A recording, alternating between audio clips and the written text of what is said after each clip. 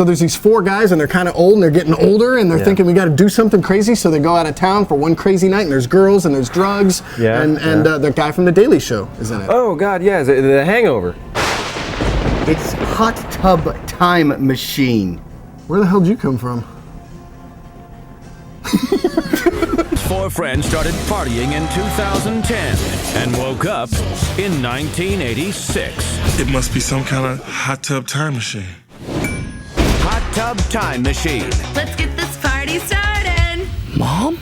Hi, I'm Eric Moline. And I'm Trevin McGee from SceneStealers.com. And we just saw a screening of Hot Tub Time Machine. Yes, we did. A zany comedy where these guys get in the hot tub and they go back in time. You never know it from the title. It's based on the Robert Ludlum novel of the same name. No, it's a dumb comedy. It's exactly what you think it would be. It's about 4 friends that travel back in time through a magical hot tub to the 80s where they were young and cool in their whole lives that were ahead of them. One nice twist I liked about that actually is that the guys look like they did when they were in the 80s to everybody else. So when they're standing in the mirror, they look like, you know, the kids that they were in the 80s, but we get to see them as these overweight, you know, balding guys and oh yeah, absolutely. Yeah, and John Cusack. You know, John Cusack's almost a non-entity in this movie. Can I just mention that? This movie is directed by Steve Pink, who's friends with John Cusack. This is partially the team behind Grosse Pointe Blank. And I think that maybe because of the absurdity of the premise, I thought that the movie would be a little bit more crazy in its actual in the way that it panned out, but it turns out that it's actually really formulaic, where you know, it's one of those movies where everybody has to learn a lesson and whatnot, and I suppose that's okay.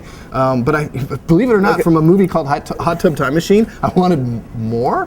What the hell happened last night? Is there some kind of retro thing going on this weekend? It's not completely by the book. There's some good humor here, some really funny stuff. It's not afraid to. They don't really go back in time to the 80s. They go back in time to an 80s movie. Like, there's nothing plausible about the world they live in. So the whole plot basically is once these guys get into the 80s, they've got to get back into the hot tub, and they have to do the same things they did before so that they don't screw up the future. Yeah, I really like the plot twist, or not. It's not really a twist, but the development where they decide to say the hell with the way things happen and just sort of play around while they're in the past. And I actually would have liked more of that. You know, like seeing all those characters sort of embrace hedonistic behavior. Men behaving badly is always funny. I feel pregnant. There's actually one guy from a very big 80s movie, Crispin Glover, and he's got one of the funniest running jokes in the film. And that was an example of absurd humor that I liked, because Rob Corddry's character wants to see this awful thing happen to him that he's been waiting for the whole time, because he knows you know, the future. And when it doesn't happen, he gets really disappointed. Yeah, I'm laughing about it right now. I mean, more of that type of stuff, and I think the movie would have succeeded a little bit better. So for me, Hot Tub Time Machine is a minor rock fist up. It's a minor rock fist up for me, too. It's funnier than it should be, and that's about it. No mole. The water's great, guys.